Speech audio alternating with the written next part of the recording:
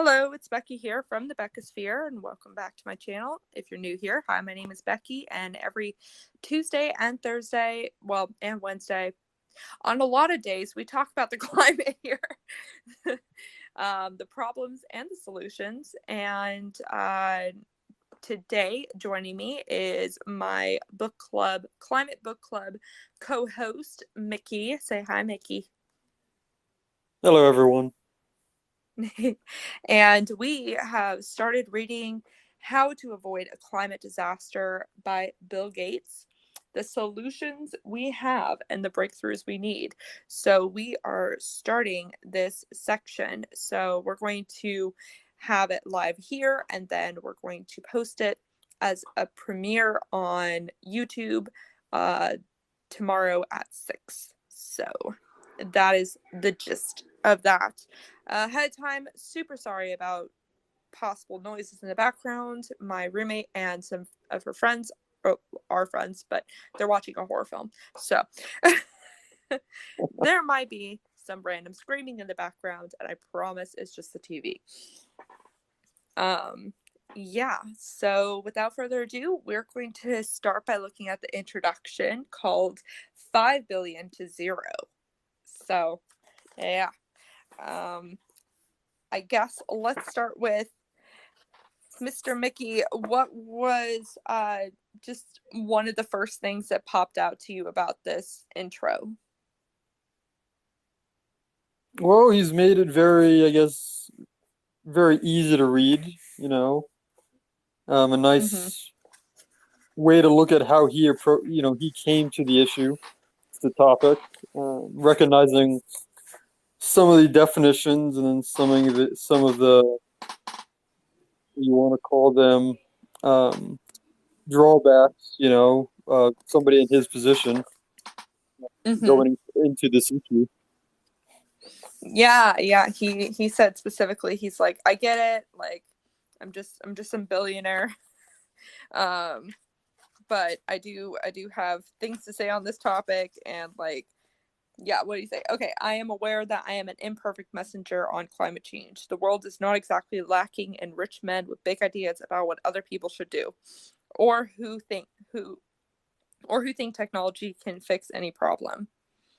I own big houses and fly in private jets. In fact, I took one to Paris for the climate conference. So who am I to lecture on anyone about the environment? I plead guilty on all 3 charges. So he's just like very straight up about it. Which immediately made me think of like Fox News. Like, yes, I have a private jet. We get that. Fox News, like, you're canceled. Um, but then he also says, I'm buying sustainable jet fuel and will fully offset my family's aviation emissions in 2021. So, he's also doing it more sustainably. So that's at least good. Yeah. But yeah, I like how it's an easy to read. It's put in a very conversational way. Like the overall book is written in a very conversational way. And honestly, like, that doesn't surprise me too much because it's Bill Gates. Like, even though he's a billionaire and stuff, he's always been pretty down to earth sounding, you know? Yeah, I know what you're saying. This could have easily been a very technical book. From Yeah, the like by Mr. introduction, Software. forward. Mm-hmm. Oh yeah, that or just dealing in details and the weeds and the policy wonk stuff, straight from the Mm-hmm. get-go. Not as many people would, I guess, read the book or even bother opening it if that was the case. Mm-hmm.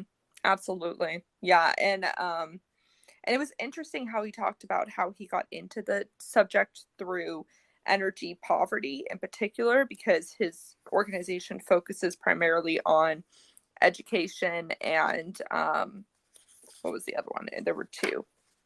It was global health and development and U.S. education. So it's interesting that therefore took him on a route to, talking about climate change, because of course everything is connected. So yeah. And he said his top 3 things that he's convinced of is: 1, to avoid a climate disaster, we have to get to 0. 2, we need to deploy the tools we already have, like solar and wind, faster and smarter. And 3, we need to create and roll out breakthrough technologies that can take us the rest of the way.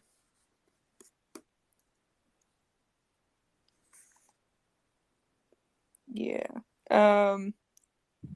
And ultimately that makes sense, for that type of forward thinking. That's what you got to do in terms of just rhetoric. Even, whether you have any detailed policy or not, that's the smart statement to have. Yeah, absolutely. It's a good to-do list. Yeah. And he goes further into individual things that he has done, like putting several $100 million into starting a company to design a next generation nuclear plant. Like, he has done a lot. he really walks the walk. Yeah, well, he's all over the place. Yeah, he's got some money invested in biotech also, and I think, if I'm not incorrect, TerraPower is his advanced nuclear group, and that's showing real promise for what he wants to do with that. But yeah, he's putting his money where his mouth is when he talks about this stuff. Yeah, like when he got called out about his fossil fuel, his fossil fuel investments and stuff, and he recognized that, one, divesting isn't everything, but 2, it also is something. And I like his reasoning about it, how he's like, I just didn't feel good getting money from fossil fuel companies, because if their stocks are doing well, that means that we're failing on the climate front. you know yeah yeah yeah he had some really interesting points, and it's just amazing because I really haven't heard about a lot of the stuff that he's done. So it was interesting to just hear more about the stuff that he has done. Yeah, I haven't seen anything recent, what he's done. I guess most activities are pretty limited with the last year that we've had, in terms of environmental stuff and, I guess, impacts you can have on the ground. I'll tell you one piece of the intro that I disagree with is he said there's nothing wrong with using more energy as long as it's carbon free. I actually disagree with that, because I think that we need to work on our energy efficiency as well, because we're always going to be playing catch up to achieve only clean energy if we're constantly needing more energy added to the market. You know what I mean? I don't think he's referring to energy efficiency, though. I think he's referring to those individuals who argue that we need to, like, downgrade our energy use to, like, nothing, or to, like, only have the lights on when the sun is out or something, or even not even that. That type of, we're going to go back to the Stone Age when it comes to, or not in the Stone Age, pre-industrial for electricity use and energy use. That's what he's referring to. It's like, no, we don't need to do that. We can still have the same amount of energy use, even if it is more efficient, as long as we use clean energy, carbon-free sources. Right. But he said more energy as long as it's carbon-free, which he's ultimately referring to countries around the world, growing economies are going to use more energy. And the U.S., I think, in some locations, is going to use more energy, even though I think we're at kind of a stagnation in terms of, like, increased energy use, like, overall. The cities are going to continue to use energy as things build out, and even if you become more energy efficient. And that's what he's referring to. I don't think he's saying, oh no, we can't have this. But okay, fair enough. I think somebody like Bill Gates is not going to be against energy efficiency. Right. Yeah, no, that's definitely true. Okay, well, fair enough. I mean, those were the main things that I wanted to mention about the intro. Is there anything else that stuck out to you in the intro that you want to make sure we talk about? Let's see. I don't know. Let's see if it was in the intro or if it was in the next chapter. He made a pretty good definition somewhere. It might be in the next chapter. So nothing too crazy with that. Just because it was an intro, setting things up for the book Right. more than anything. Setting up the scene. Yeah, definitely. Okay, well, I am ready.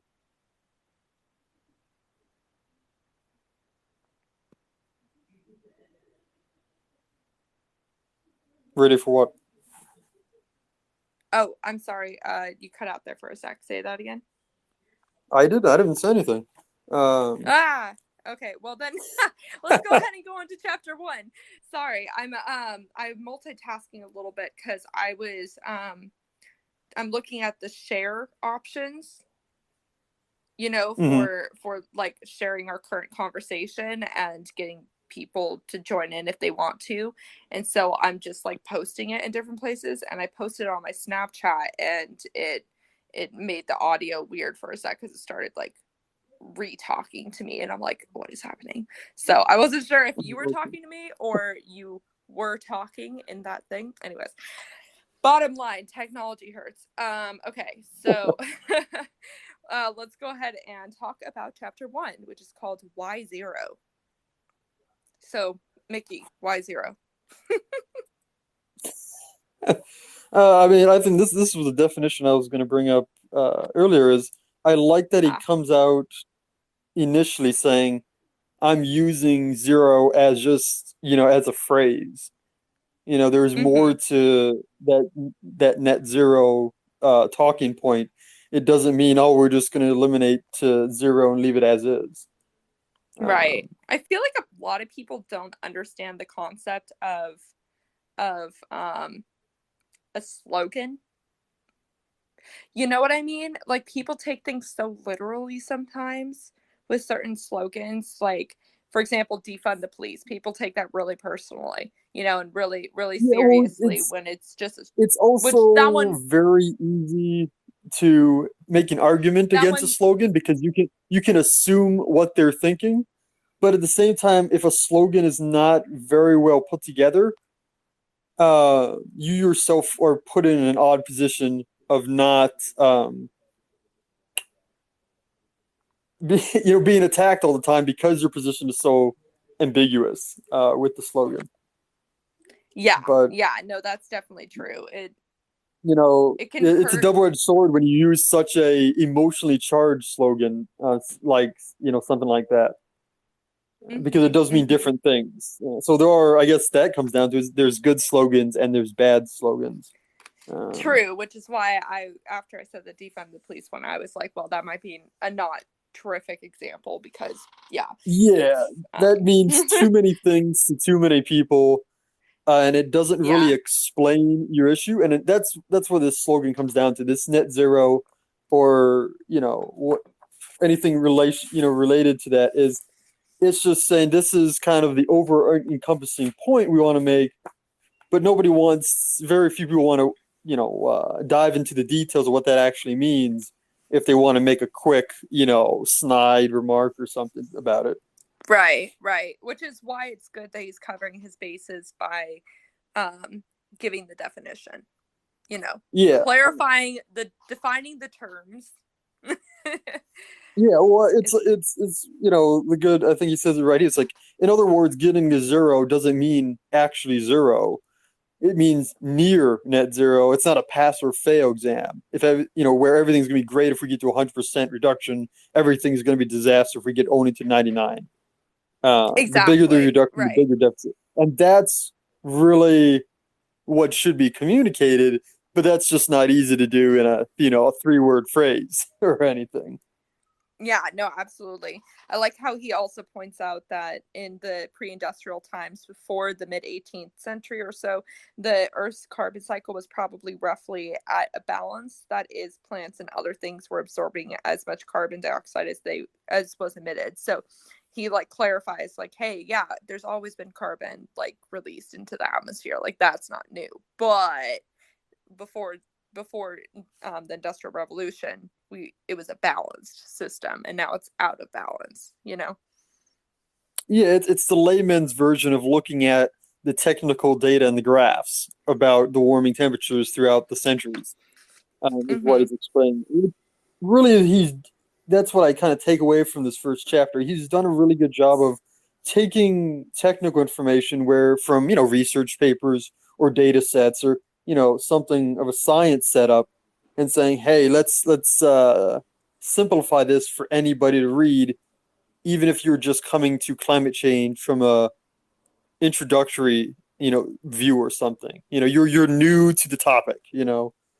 Um, Absolutely, yeah, he's a and good he's science done that a communicator. good job, because there is a delicate balance when you talk about this stuff. Because if you try to answer every question when you explain it, you're gonna get into the weeds. And he's done a good Mm-hmm. job of kind of saying, okay, I'm not gonna touch this question just yet because you're gonna need a little more background before you can understand it. Yes, yeah. He's a good science communicator. Bottom line, he is a good science communicator. Like that's the goal, is to take really complicated topics and narrow down the parts that are really the most important, and then tell them in a way that's understandable and still factual. You know, which can be difficult because if you try to simplify super complicated topics, sometimes you therefore get it wrong, because you make it too simple or you Mm, analogize it in a way that doesn't quite work. yeah, I guess if you oversimplify something, but there has to be an Yeah. introductory setup somewhere. And sometimes to get somebody interested, you might have to oversimplify it and then move on to saying, oh, okay, here are some details.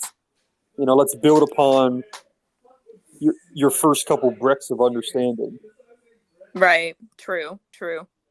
Um, he also talked about how even though the global mean has gone up just 1 degree, there are places that are experiencing much higher temperature increases in that, up to 2 degrees already. And I mean, that's kind of similar to the idea that the sea doesn't rise in at the same rate in every location. Um, and it's a complicated thing to explain why Mm, that's the case, but it's yeah, true, and I think you I've know. mentioned this before. Global climate change is ununiform around the world. The effects are going to Mm-hmm. be different in different locations. Mm-hmm. It's kind of like you said the average mean was only 1 degree, but in localized regional areas, it's probably varied a bit more. It's Right. like those people. It's not as It's those people who like to complicate or exchange climate versus weather. And it's like, oh, look, our Mm-hmm. weather is just fine, or our weather is showing this. And in turn, the climate is not actually changing. It's like, no, not quite right. Um, so yeah, he's done a good Right. job of saying, hey, look, even if it's not affecting you directly right now, it's affecting some other people in some other way. Yeah, and way more drastically. And that's why there's two terms. There's global warming and there's climate change, and it's not some propagandist conspiracy theory why that's the case, you know. It's just that the overall problem is global warming, and that is resulting in climate change. So, and that's Yeah, why we yeah, use that's what that it comes term. down to. Yeah, Yeah, that's why we use that term, because it's not uniform everywhere. Because we're yeah, warming it's up one a of those minor complex things you hope system. everybody understands. Yep. Yeah. You would be Some places shocked are how going to many get people. colder. Yeah, yeah, exactly. Some places are going to get a lot more rain. They're going to Oh benefit. yeah. Some places are going to get a lot greener. Some places are going to benefit immensely from global climate Russia. change. Um, Russia. well, I mean, that's a double-edged sword up there. Just to be slightly Yeah, off okay, topic. no. That's actually, yeah, no, that's very extreme. Well, Because it's yeah, not it's so they much got the extreme because it's permafrost. yeah. I mean, it's the great thing is they have a small regional area for farming. When everything Mm-hmm. warms up, a lot of that will become more open farmable area. Uh, Yeah. But at the same time, you open the permafrost, that's a bunch of methane that's being let go into the atmosphere. And Mm-hmm. that's a lot more natural resources available. So, it's kind of what are we using it for? You can't stop the permafrost from melting and releasing those gases once it starts happening. Yeah. But that's Yeah. slightly off topic of, what we're talking about Well, today. true, true. But it's like how the Navy is looking at new channels of exploration uh, because the Arctic is melting. It's like, Well, we won't need the icebreakers anymore. We'll just kind of move through there regardless. exactly. And it's going to increase, it's going to connect parts of the world that have never been able to be connected before from an At least export import standpoint. at a larger scale. Yeah, because that's why you have icebreakers. You go through the ice to connect the northern ports. Yeah, Right. but it But will it's open up a lot of that expensive and it stuff. doesn't work all the time. Yeah. Yeah. And It only only about works two for or three certain countries seasons. actually have icebreakers up there. So, Exactly. Yeah. It's going to become a lot more available of a travel location than it used to be, yes. which is sad for people that like the current biome. But anyways, okay. So then he mentioned some good old factoids like wildfires are now occurring at 5 times more often than in the 1970s. Um, you know, he's talking about Puerto Rico and how they're always playing like the catch up game. Um, and honestly, like I would describe that basically as they're surviving, they're not thriving because they're always having to just catch up to where they were before the storm instead of being able to improve from there. So, yeah, he calls it a strange feast or famine situation. Oh yeah, that's what we were talking about. There you go. Even though it's raining in some places, other places are experiencing more frequent and Yeah. severe droughts. That's exactly what we were talking about. It's just Yep. becoming more extreme. And Yep. Yeah, he yeah. talks about a bunch of the climate change effects. What were you going to say? Oh no, I was just seeing what else you were gonna say there. Another fun factoid I found is as it's now common for 20 to 30% of Bangladesh to be underwater. Huh. Yeah, poor Bangladesh. Um, and the rise of 2 degrees Celsius would cut the geographic range of vertebrates by 8%, plants by 16%, insects by 18%. But when it rains, it pours, or when it doesn't rain, it pours, as he said in his header, because of things such as mosquitoes and that are going to become more common because, of course, all the nuisance creatures are going to be fine. Mosquitoes are going to be fine, like disease carrying bugs and organisms, they're going to be more okay. Jellyfish, they're going to be perfectly fine. um and yeah, so all the pests, those are the fine ones, and all the delicate organisms that we need in our ecosystem are not going to be fine. And then there's going to be things like heat strokes due to drought and just warmer conditions.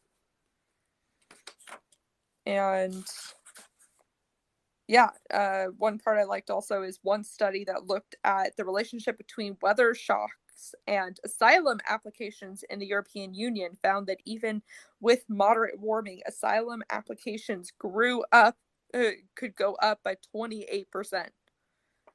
So people don't do well in heat. Yeah. There's gonna be people always talk about when things change. Yeah, we are gonna see a migration of certain groups of people moving Oh yeah. away from more of those what you would call danger zones, or disaster zones more often. Mm-hmm. Because it's just Yeah. not gonna become worth it in the long run. Especially especially if you're on an island that doesn't have much, land to work with in terms Mm-hmm. of setting up everybody, and infrastructure is not what it should be. Um, so yeah, we're Yeah. gonna see people probably move inland a little bit in some areas, refugees. Cultures are going to disappear. as in like island As in, cultures. yeah, if their homes are lost, then their cultures and languages are going to start to disappear too, and that's really sad. Yeah, that'll happen in places where not up there in Alaska, that area too. The ice shelf are Mm-hmm. missing. All the native people that live up there, they've been in the same position where they have to leave their native lands, or basically end up living on an area that's melting increasingly. Mm-hmm. Exactly. Yeah.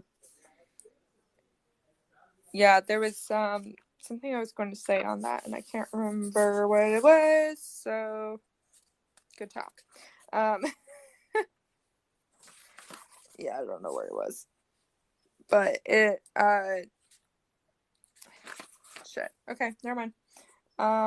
Oh yeah, heat strokes. I think that's where I was going, and I was talking further up, which was bifurcation. Had you heard of that before? Bifurcation. Developing What some is it? places. Bifurcation on page 30. How developing some places where water has more oxygen, other places where it has less oxygen.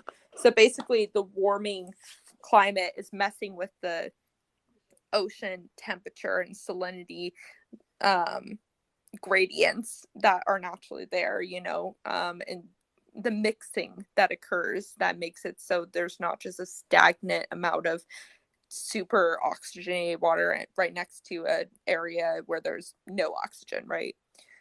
And because the seas are getting warmer and the polar caps are melting and not sending as much cold water into the system, or will not, then it's not mixing different like salinity and temperature and oxygen levels, and that's going to result in a lot of oceanic death. So that's not good.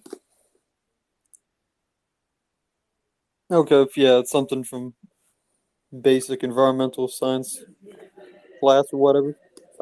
Yeah. But yeah, it's gonna be a real problem for ecosystems at Mm-hmm. a large scale soon enough. I think we're going to see that in terrestrial levels too. I mean, that's kind of like what we're talking about when it comes to some places are going to rain a ton and some places aren't. Things are just going to become more extreme. Yeah, well, I think certain ecosystems are going to change for sure, whether it's for worse or for better. But we're also going to see a migration of species. So you're going to Mm-hmm. see the transition of ecosystems, move north or move west or whatever works out as this progresses. So it'll be interesting to see because that type of thing will be spinned as things happen. Like, oh, no, they're still fine. They've just moved over here for that type of deal. Yeah, but obviously, like not all species can move, No, they can't. especially plant species, and then also uh, some areas and or conditions are going to be smaller in range for certain species to live in, and that includes humans to Mhm. some extent. Oh, that's what I remember. I was going to say we count as the 8% of vertebrates that are going to have their habitats decrease. Mm, I I think yeah. I mean, probably I think we count. does that 8% say comfortable habitat? Probably. There's a little Well, I was caveat to that. it just says um would cut the geographic range of vertebrates by 8%. I guess it's So hard to visualize 8%. I guess humans are kind of the exception a little bit because as I was saying for things like the Arctic, we would potentially have more space. But then in terms of things like sea level rise and areas that become too hot and dry or areas that literally just flood all the time, those are places that humans couldn't live anymore. So that would be areas that they would have to vacate.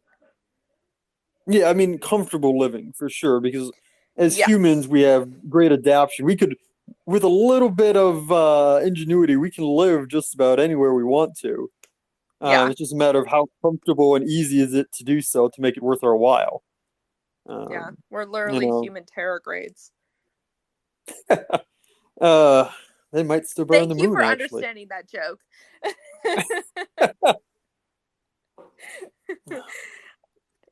Yeah, we're gonna live on the moon now. We're trying to make Well, I water out mean, of nothing the from tardigrades Mars. are, So they're hanging out there. They got yeah, stilled they're out there. everywhere. Who knows if they're living? They probably are for Yeah, a little bit. Um, I think they are. I mean, they can shut their brains off with oxygen or whatever.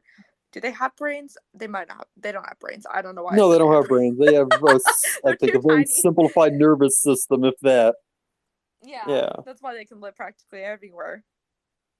Major under side extreme note, temperatures. Yep. Okay. but my favorite shark is the Epaulette shark. Have you heard of it before? No, I don't know what it is or what it looks like.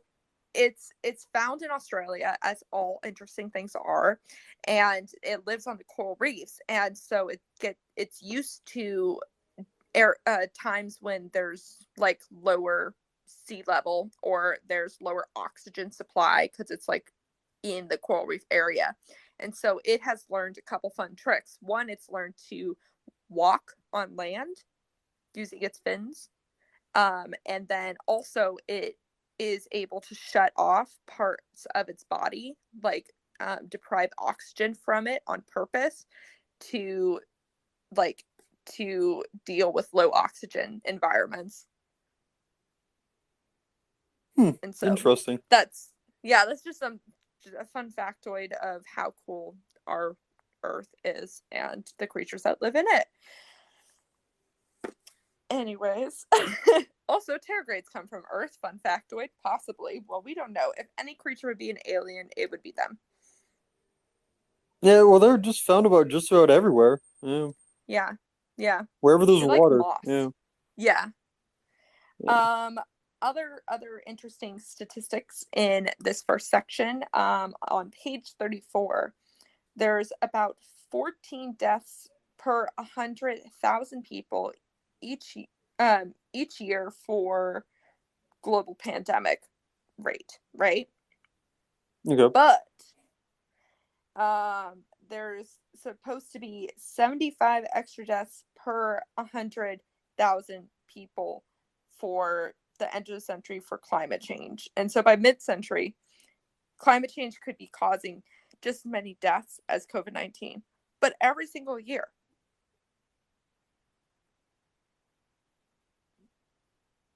Yeah, I So, mean it's possible. I'm trying to look to see if there's a footnote or a asterisk to show what model he had used for that. there's an asterisk down below that says, here's the math. Recent models suggest that the Yeah, cost but of that's for climate change. GDP. Oh, That's for the this. GDP. I was seeing if the deaths. Oh, Um, because that he maybe might have this one. just used some research paper, extrapolated it. Um, Yeah, I don't yeah. know. But I mean, it's one of those things where you rather if you can prevent that type of stuff from happening, we might as well. Yeah, I mean, that sounds pretty damn awful. I mean, it if you think of it from a GDP perspective, that's catastrophic right there. Yeah, there was a new paper just came out. Oh, I don't have it in front of me, but it was talking about it was from a Swiss company, and they said global GDP will decrease as if we don't deal with the climate change issue. Yeah, well, I know the World Economic Forum had something similar that came out, but I think I know what you're This was referring to. I this was Yeah. within this week, um, and I haven't had the time to read it, but yeah, that Well, it said a very similar thing. it will be in my climate recap. If it came out this week, it will be in my climate recap for April. That is for damn sure. Yeah. um I'm not surprised though, honestly. Like, GDP is going to definitely suffer. Not that, honestly, should we really be considering GDP a main marker for how human civilization is doing? That's a whole nother topic. Yeah. But then he also talks about sudden catastrophic climate change, which is from things like what you had mentioned earlier, when the permafrost it melts and a bunch of methane escapes. Then it's catastrophic and sudden climate change rather than gradual. Yeah, I mean, depending how large a section melts, but yeah, right now it's gradual. Yes, yeah. No, that those are just like the little pressure points, I guess, because they're not even tipping points. Because tipping points, I feel like, are slightly different. Like they can be tipping points, but they're kind of just like worst case scenario, we're fucked sort of situations, which I Yeah, guess are that's tipping a points. yeah. Those are tipping points. Your edge of your cliff, where if you walk over, there is no turning this around. It's the end.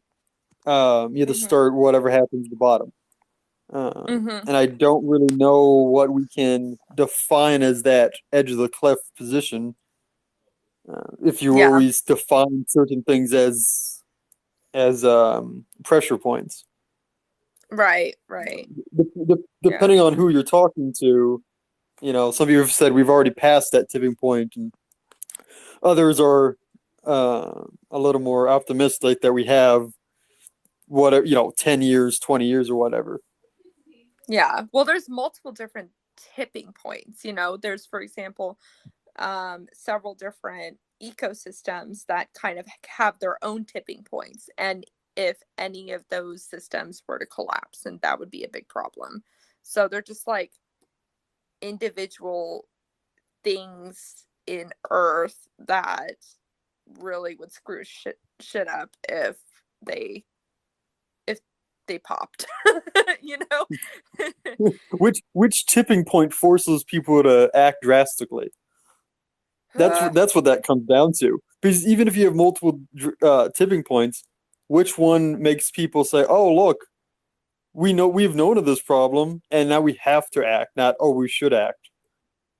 I think honestly it's the death of the economy.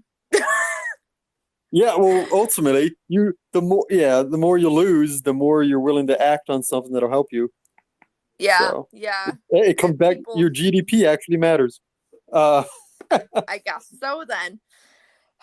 Yeah, yeah, and that goes into adaptation versus mitigation, right? What are things that we're trying to avoid happening at all? What are things that we need to adjust for because they've already started happening?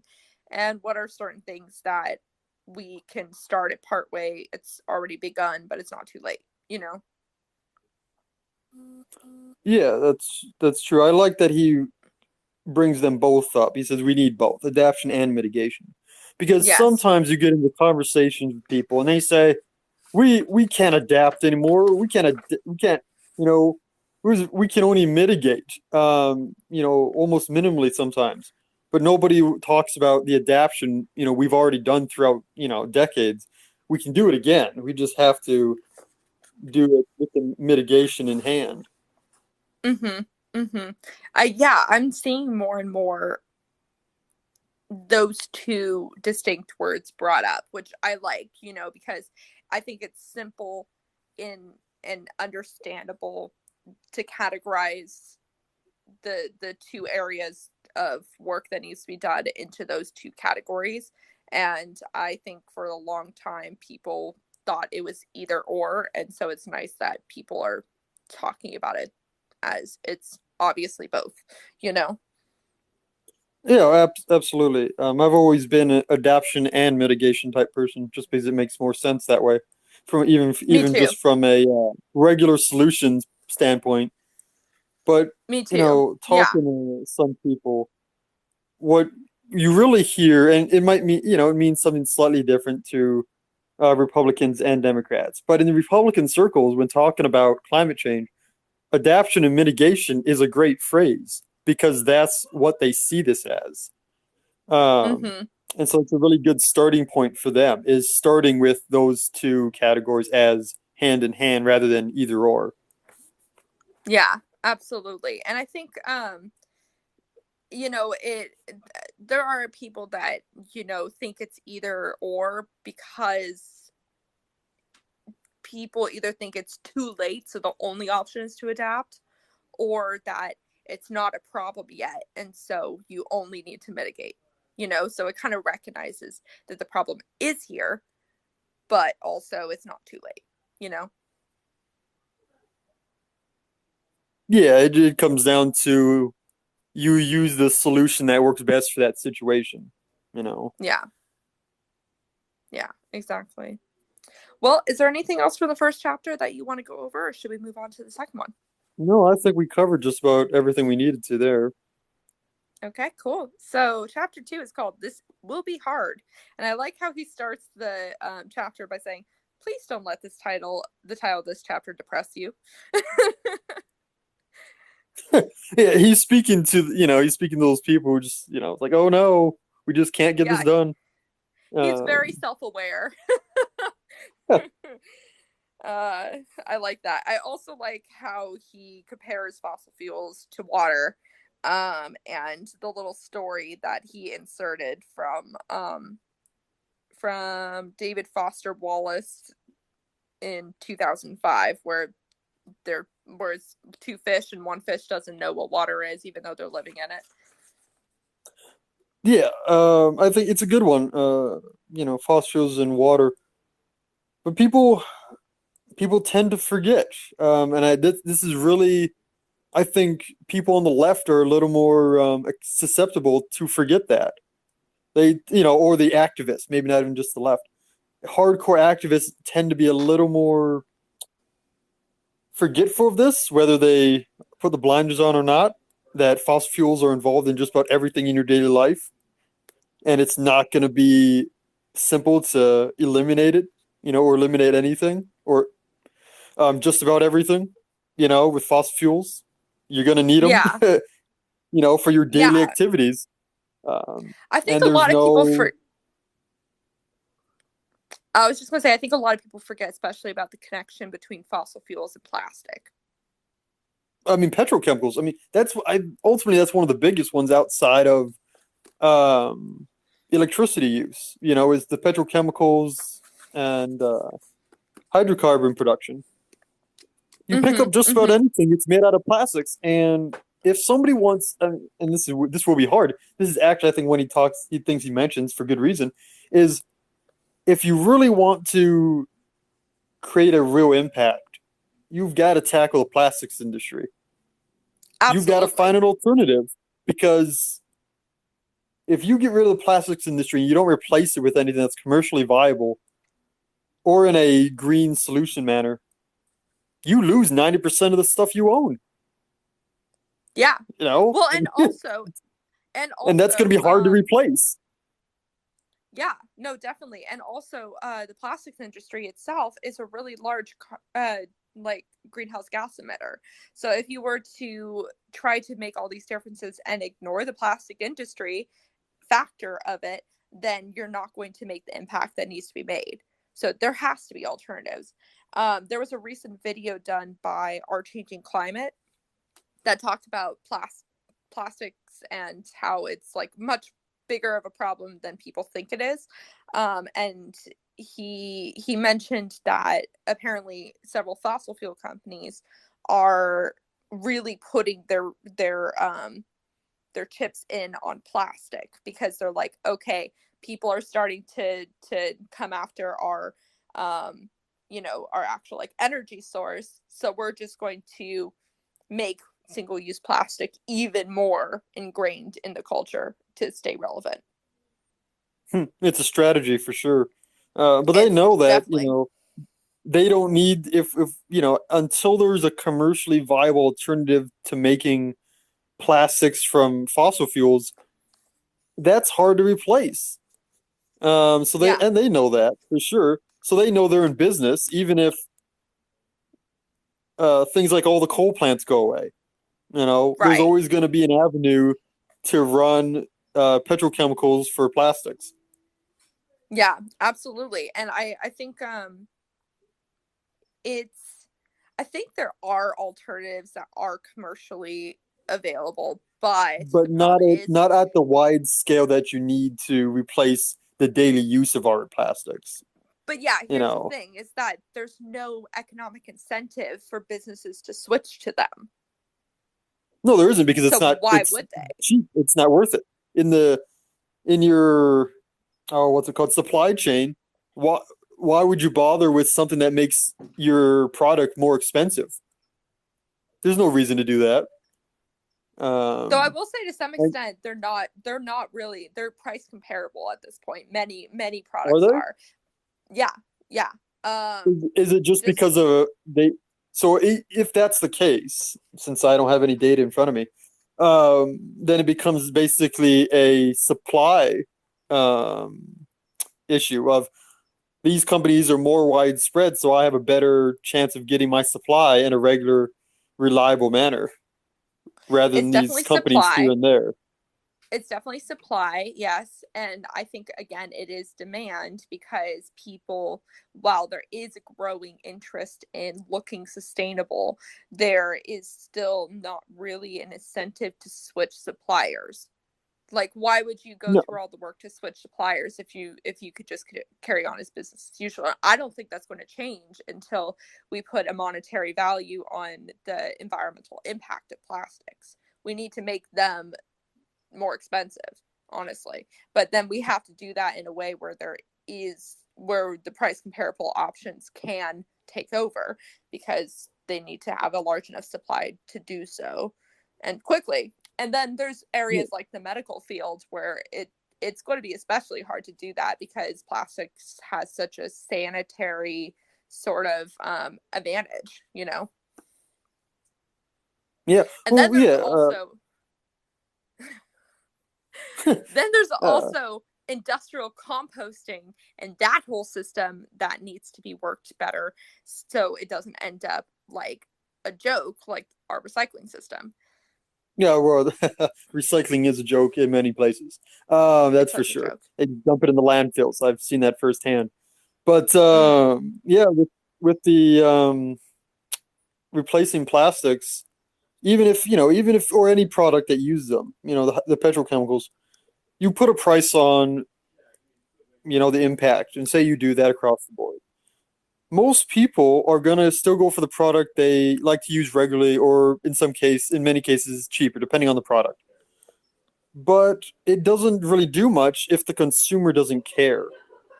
You know, if the Yeah. consumer doesn't care that the product was made sustainably, well, then they're gonna buy who for whatever other reason they like the company or the product. And that is Mm-hmm. something that is hard to do because to take the time to research the company and research your product to see if it's sustainable actually, and it's not just a PR stunt and greenwashing, takes a lot of time and work. Yes. And many people, if not most, do not want to do that. And that'll probably be what, Definitely. even if you get the supply down, you say, oh, look, we now have 30% of the share of petrochemicals is now in terms green. If people are not bothering with that product because, well, they just don't have the information, and that's not important to them in terms of because you might have the information but it's not important to you, you don't, you're just going to put it to the side. There's going to be no change in consumer products and where money goes. True. But that's why everybody should watch Shel Beasley's videos, because she actually does a top tier list of sustainable products and she does all the work to look at all their messaging and the human and ecological impact of those products. And it's interesting. Honestly, that goes to one, that we need to decrease our need for single use items and get back to um using reusable items where you can, but also we need to value certification systems better, because there are some out there. For example, B Corp is a good example. The oh, what's it called? It's uh uh Cradle to Cradle is another really good one. That's also a book that talks about like supply chain and looking through the whole supply chain. It honestly needs to be a norm that companies have to share their cradle to cradle supply chain. Like, the fact that we don't know where the majority of our stuff comes from is concerning, you know? Well, I don't think It- it's even that. Yeah, I think many people you can probably guess where things come from, for the most part. But yeah, that third party certification I think is quite important. You yeah, have yeah, things like any of your appliances tend to have a third party certification. The United Labs tab that's usually on things, the energy efficiency sticker that's from the government, and some other ones. Third party, and people when they buy things, they tend to look at those things. yeah. If that can become, in cars, you have a third party certification for reliability or, repairs or whatever it ends up being and prices. That Mm-hmm. actually that truly does need to happen for other products and then make Mm-hmm. that the norm, and then make it such a norm that says whoever has this certification is the best for both your pocketbook and the environment. Exactly. Exactly. Yeah, I totally agree. There should be benefits to the company to get that certification, you know? Yeah. Well, okay, I, so I we think talked I about think ultimately, yeah, just from a consumer perspective, it's great to have that certification. The more Oh, it is. prominent that climate change becomes, and the more important it becomes to people and individuals, the more they're going to look for those types of certifications. That in itself is a marketing scheme that saves a business, millions of dollars maybe, and that's Mm-hmm. incentive enough. I don't think they need to even be given direct benefits from anybody. Yeah, yeah, that's definitely true. And we also need to penalize certain plastic companies that jack the recycling symbol and just frankly lie to consumers. Like the greenwashing needs to be regulated because it is ridiculous. It makes it really hard to trust any certification that has to do with sustainability because a lot of them aren't that great. And Yeah, the recycling symbol I is the think some of biggest that one comes of that. down to yeah. I think a lot of that comes down to phrasing though, and lawyer language when they write these things. So they No, sound good, but they don't no, always. Who you say no people, to? I'm saying no to you Oh, because there oh, is literally like thin plastics that have the recycling symbol on them, and yeah. you Are they cannot recyclable? recycle those. No, No. no, So how did they get away with it? I don't know. Is it, is it All because I know is is it I've because they seen have a them. fact? Is it because wherever they're printing the petrochemicals or creating the petrochemicals, it's an automatic stamp on them? I think I think so, but I also think Or is or it's is it more to it's a more limit that where you it's more that can you recycle hypothetically them to a limit, but you can't hypothetically you recycle it can all the recycle time? them. Hypothetically you can recycle or thin plastics. However, the majority, like vast majority, 99% of recycling places don't take them. Ah, see, that would be it then. Is there Yeah. is some type of definition or some type of level, some standard that says if you can recycle this many, or you can show that it can be recycled, that may be it actually, then you can have the Mm, recyclable symbol. And if that's the yeah. case, then that's why they have it. And then that comes down to that language and that phrasing where it says, "Hey, look, we've shown that you can recycle this. This is our statement. It's recyclable now." And that goes back to what I was saying earlier. If that's the case, then they need to have a more strict definition, or you raise the Mm-hmm. limit where you says this percentage, if not majority of your product needs to be recyclable in a what's the phrase? I want to say commercially, but it has to be viable to recycle on a from at any facility Yeah. that Yeah. recycles that type of plastic. And Um, that's the but same problem that we're also experiencing with composting too. You know, you see those things that say they're compostable and stuff, but they're really only compostable in a certain condition at a certain industrial composting site. If you were to stick it into your compost bin, it would not compost. If you stick it into the okay, yeah, landfill or the wildlife, it will not compost. So therefore it's really no better than plastic. But it's they so it say yeah, it's so compostable because it it can comes be down to that. composted. Yeah, so it There's comes just no down to the way. phrasing of yes, it's possible, but the caveat is this type of situation. Yeah, I remember Mm-hmm. working for a park district, and they have all the bins that say garbage and recycling, and you're like, okay, great. You pick them all up, and we go back to the site or the park district building, and they're like, yeah, just toss it all into the big bin. And I'm like, Mm-hmm. it all go. Wait a minute, guys, where does it get separate? They're like, no, no, it's too expensive at any place to get it recycled and make money back in any capacity. So it just goes all to the landfill, gets all mixed together again. It's like, well, Yeah. that doesn't help anybody. Even the No. people who thought they were doing a good job for the environment.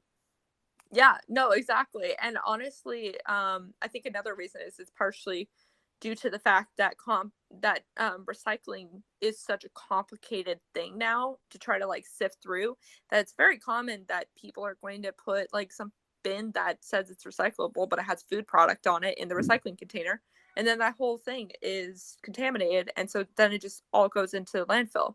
So Yeah, a lot of, there's in fact, yeah, there's even wish cycling, I think it's called. yeah, it is. Yeah, dude, that process is not efficient enough. No. When you go to the recycling centers, they usually are one product recycling centers or like two product recycling centers. You get cardboard, glass, and metal, I think, or Mm-hmm. the big three for the recycling centers. And it's because it's easy to separate, easy to recycle, easy to get some money back. Not But for aluminum. the average person, well, I put that in metals, Oh because it wait, is. duh. Yeah, I just lumped that together. Um, No, my bad. because it is You're metal. good. But I saw for the consumer, it's just not easy to do. I Yeah. did see a great thing. I don't remember where it is, but it's basically in a very convenient place. I think it was in a supermarket or whatever. But basically, you take all your recyclables, regardless of what it is, and you put it in the machine, and the machine allows you to easily sort it out. So you just put it in there, and it detects That's it, so puts it in the right cool. bin, and then it gives you credit for at that store to use. So you can basically have all your product, and they have like a whole wall of machines, and you just put all your recyclable products, and it detects if there's contaminate in the food or something. But you put it in Mm-hmm. there, and it gives you credit for the store to use. That's great. That's what an incentive that is. If I'm going to the store Seriously. and I have all my recyclables, I need some extra budget money for my food. I'll go in there, like, I get, I don't know what it comes out to, $10 or something. I can use that $10 on something, extra that I want to buy at the Yeah. supermarket. That's the type Yes. of incentives I think will work best Mm-hmm. for people to actually get on board to regular recycling. And then you What a just hope great that system. anything in those, yeah, it is, and anything in those recycling bins that got sorted actually go to places where it actually gets recycled. So you would have to have that verification within the chain.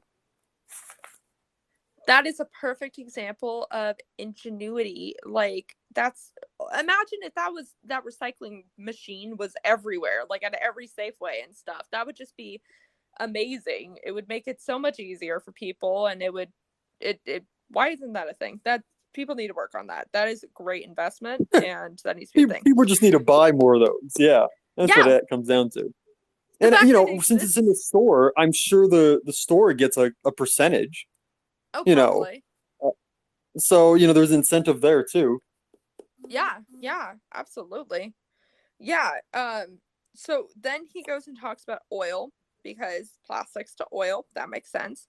And apparently the world uses more than 4 billion gallons every day, which is insane, and that oil is cheaper than a soft drink, which I love the comparison of, and honestly not even surprised. It has to be. um Now, is it cheaper than the soft drink before it was raised, uh cost raised to make it a money? I don't know, because I'm pretty sure soft drinks are a lot less expensive than people paid for them.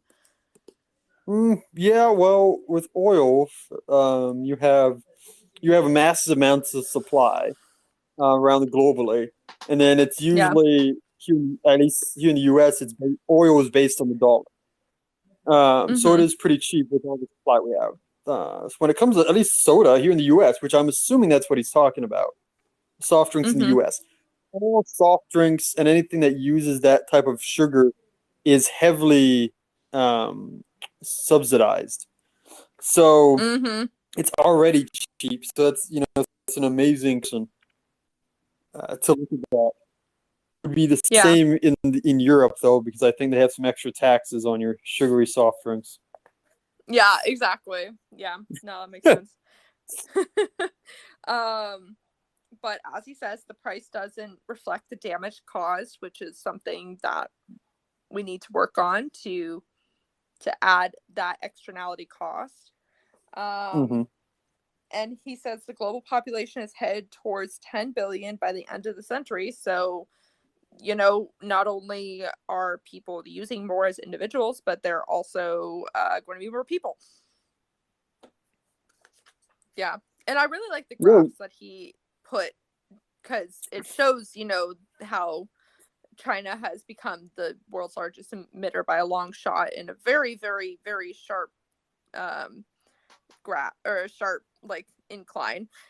And yet, emissions per person, the US is still very, very much ahead of everyone else. So I thought that was a really interesting comparison that he made. yeah. I think he picked some smart charts to use for sure. Yeah. Yeah. And I like how You he know, said that the amount of buildings that we're going to need to build uh, will be like putting up another New York City every month for 40 years. Every month. Not even every year, every month. That's insane. that's amazing. I mean, and that's just an increase on products and building out whatever it is. Yeah. Emissions is so if you're going to have that, there's going to have to be some give and take on Mm-hmm. what goes on and what's allowed, if that's if Mm-hmm. that's the potential trend. Yeah. Yeah. We're going to And have it's to going use to be energy to mostly build stuff. Yeah. right. And it's going to and also concrete and cement are like top greenhouse gas emitters. So like that's also another concern. Also, the world's running out of the right sand to use, so that's a whole nother thing. Um so like Yeah, honestly, we I'm really sure yeah, the construction companies are going to figure that one out real quick. yeah, For alternatives for that. yeah. Yeah, I think they're one of pretty them is smart recycled people. glass Huh. because that also Yeah, is made by sand. yeah. I mean, all those things. Anything that's used on a common basis. Somebody's already thinking of a solution. Yeah, which is Things like reassuring. concrete. Yeah, I think I saw. Talking about building materials. I think concrete and cement.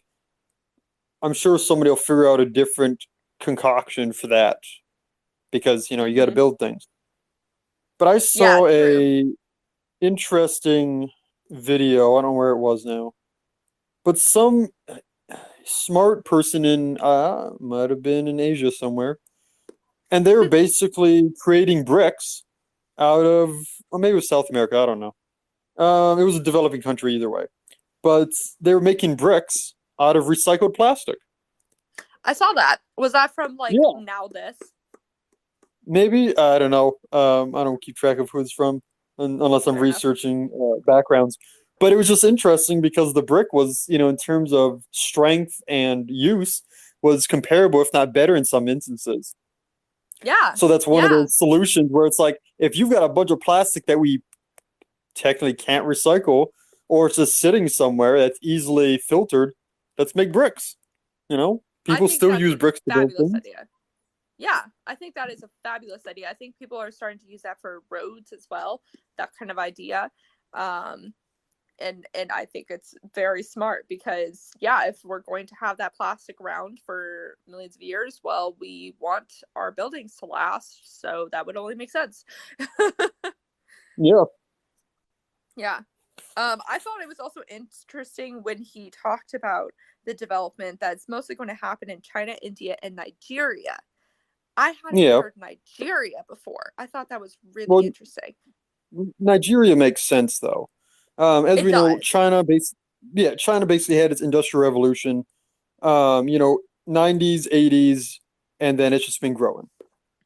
Yep. They've been growing since then. And then India is basically moving along the same trend. They're really progressing. They're building out, population's booming. Uh, so that you know they're moving on up. But Nigeria is one that people sometimes forget because it is in Africa. But Yep. Nigeria is blessed with natural resources like no other, Mm-hmm. and they have a great port. I think they have a. Let me see. Geographies escape me, but they have some great cities that are growing up. They have some great natural resource construction contracts with other countries, and so they Mm-hmm. are one of those hub countries to watch. And that's why he says, in developing, those are the countries to keep tabs on because they are going to be the movers and shakers in those areas of the world. Absolutely. No, it totally makes sense that Nigeria was added to it. It makes sense that there is an African country added to this list. I just wasn't sure which one it would be. So it's interesting to see that it's Nigeria, but that makes sense that you're mentioning the natural resources. Though I think a lot of Africa has a lot of natural resources. That's why they were colonized the shit out of. Yeah, but Nigeria has had they have more than usual. Mm. And the last decade or so, they haven't had the best government to help their own people benefit from those natural resources, and that's changing. And so that's why they've really kind of started to build, grow as a country. Yeah, yeah. Um, he also says, this is good news for every person whose life improves, but it's bad news for the climate we all live in, which I Yeah, thought was a very good distinction because, yeah, a lot of people, they're like, no, you're going to cut our development. Like, you're going to hurt poor people because people aren't going to be able to progress and stuff. And he's like, no, I recognize that it is going to help people, but also the climate's going to suffer. yeah, there is that balance. But then, a paragraph and a half later, he clearly states that, he says it would be immoral and impractical to try to stop people who are lower on the economic ladder from climbing up. So he Yes, clearly, says, hey, we're not going to stop these people from developing. It's a matter of how do we help them? We exactly. can't Which expect is poor people why, to stay poor people. yeah, which is why it's so important that we add the whole environmental justice conversation onto our climate change, energy transition, all that kind of stuff. Yeah. Um, is there anything on pages 42 and 43 that you are ex- that you want to share? Because I didn't really highlight very much. Mm, That's the thing. Also, is that like a lot of this stuff, obviously, I've already heard a lot of this stuff, and so it's sometimes difficult for me to remember what to highlight because I'm like, what are the important things that most people do not know? you know? no, yeah. Well, I'm kind of in the same boat. I know most of the stuff he's talking about. Yeah. No, but, in those pages, at least I think we covered what needed to be covered. Okay, cool. So on page 44, he says fuel sources aren't the only issue. It also takes a long time to adapt to new types of vehicles. And yeah, that's something that climate activists do not like to hear. It's true, but we don't like to hear it. Because it's just, Well, we're like, yeah. no, we Well, don't have time. yeah, but whenever you do something like that, you say we don't have time. There's always unintended consequences to that. I know. And the electric vehicle thing is going to be one of those unintended consequences Mm-hmm. because regardless of whether a state can basically either ban the combustion engine or say no emissions for your vehicles, which California is on that boat. Um, it's a matter of the car companies. The car companies all have to get on board. I think there's only two or three that have really kind of dived, maybe a little more than that at this point, have dived in fully saying, yes, we're going to convert most of our fleet to electric vehicles. Mm-hmm. And on the other hand, not everybody can afford an electric vehicle by 2035 or 2040 or whatever it is. People Yeah. are going to be left behind. So there has to be exceptions to that rule.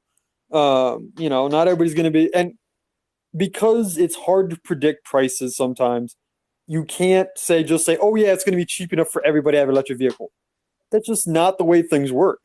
Like the energy efficient, or the hybrid vehicles and the more gas mileage efficient vehicles.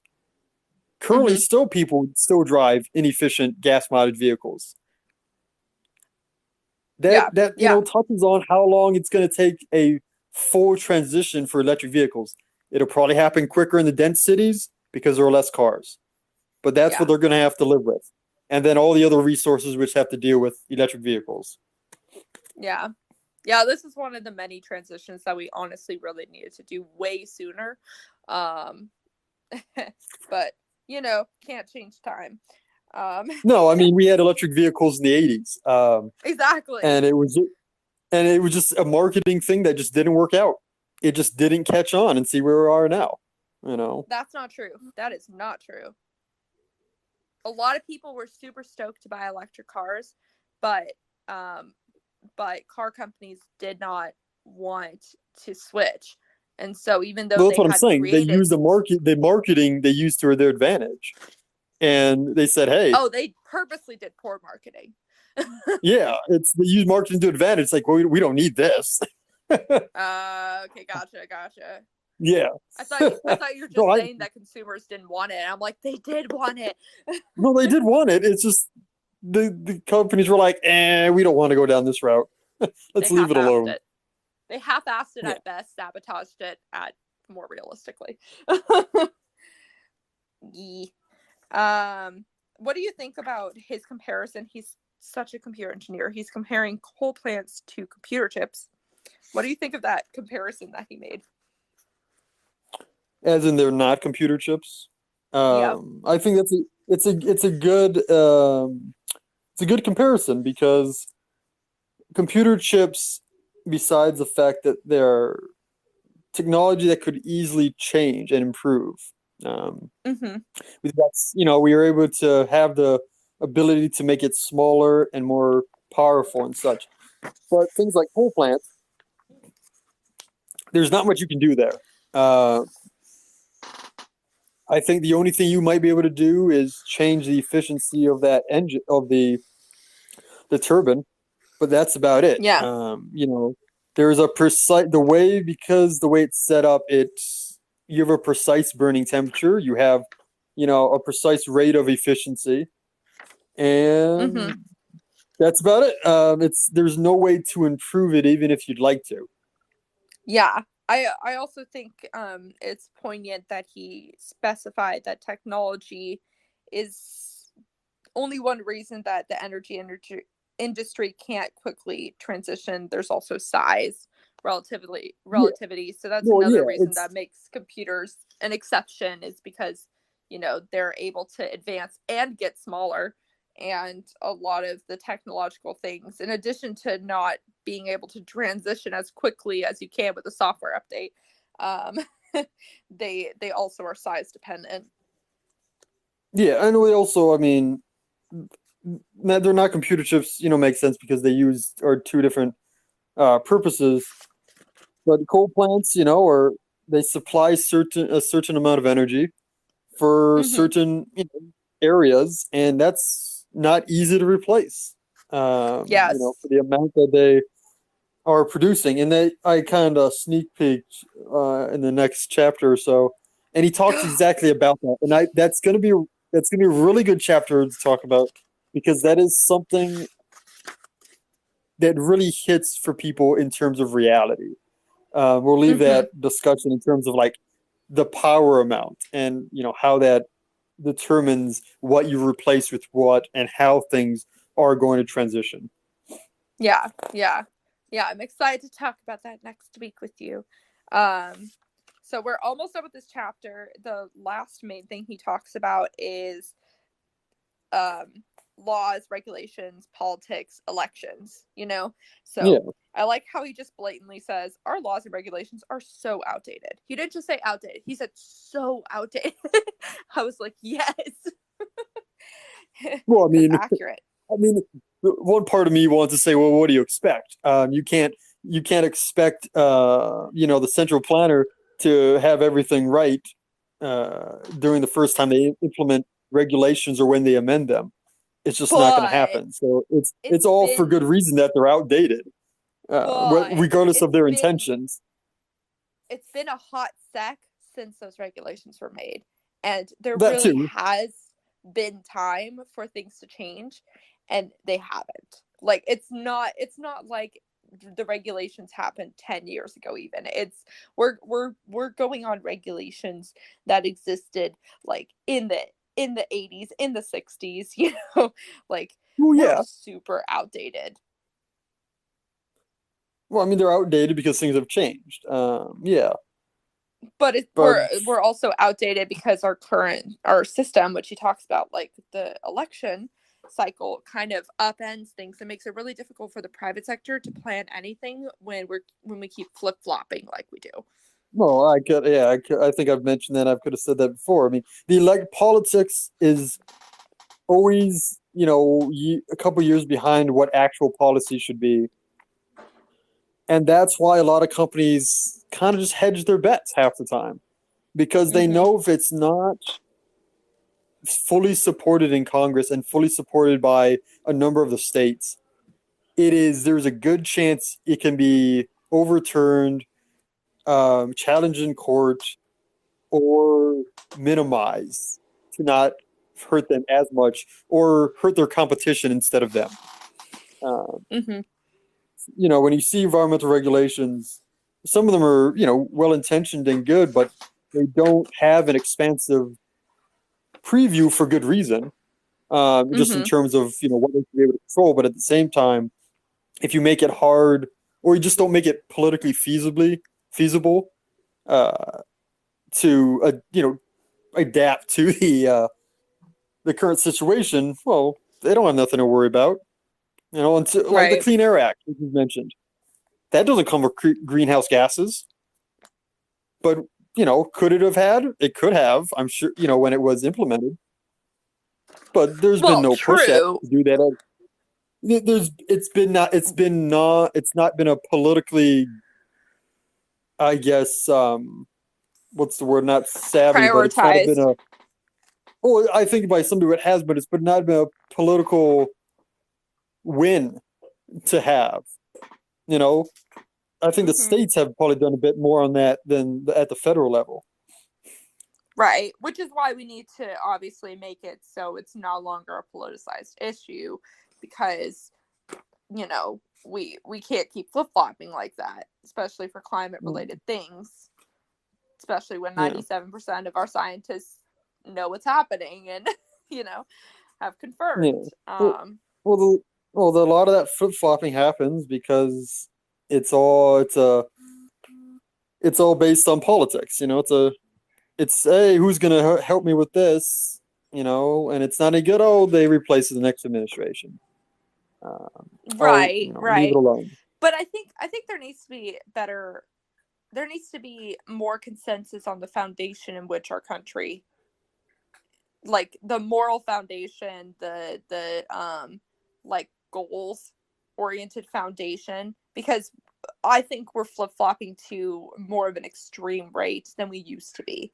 We used to flip flop between Democrats and Republicans. Nothing has changed with that. But I think our where we want the country to be is so different, like to the different parties, that they can't agree on anything, and Yeah, that doesn't help us. It's like, as it, he said, it is a weird feast and famine situation. yeah. I mean, I guess that comes down to like in Congress, it's very polarized because you Mhm. have it's not just the flipping of the parties; it's flipping of policy. And we have Mhm. there is good policy that has been supported by both parties and continues to be because it's a mainstay at this point. But because things are so polarized, and I think mainly at the congressional level, that's where you get this game of tug of war and back and forth. Many times when you go down to the more local level, that polarization is less so. You have Yeah. everybody that agrees for the most part that says, "Hey, look, this is an issue. We should do something about it. It benefits everybody. It's there. Township passes it, or the city passes or whatever. And Mm-hmm. that's the part of the problem with Congress is if they want to pass something that's going to be impactful and meaningful, that polarization has to get out of the way. Yeah. Yeah. I definitely agree.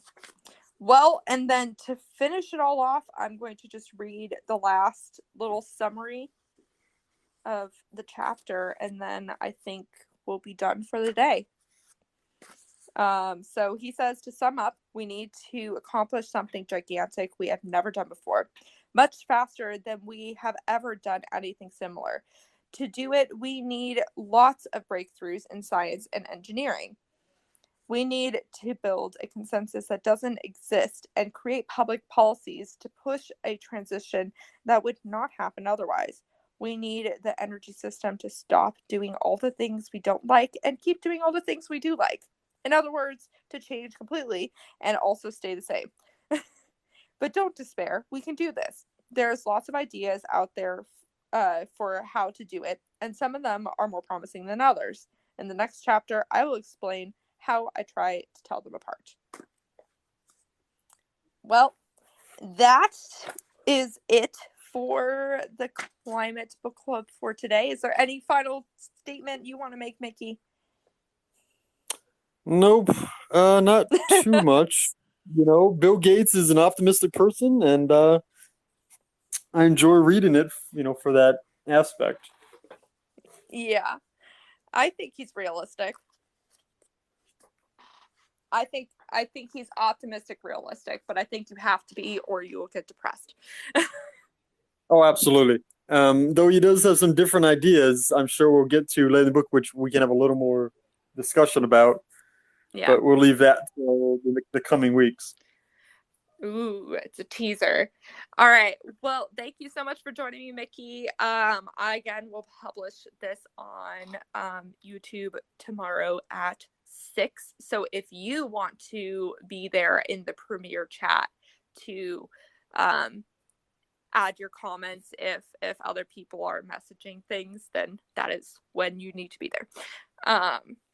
And yeah, without further ado, thank you to everyone who is listening in the future, because no one is listening now. And yeah, we'll see y'all later. Bye. Bye, Mickey.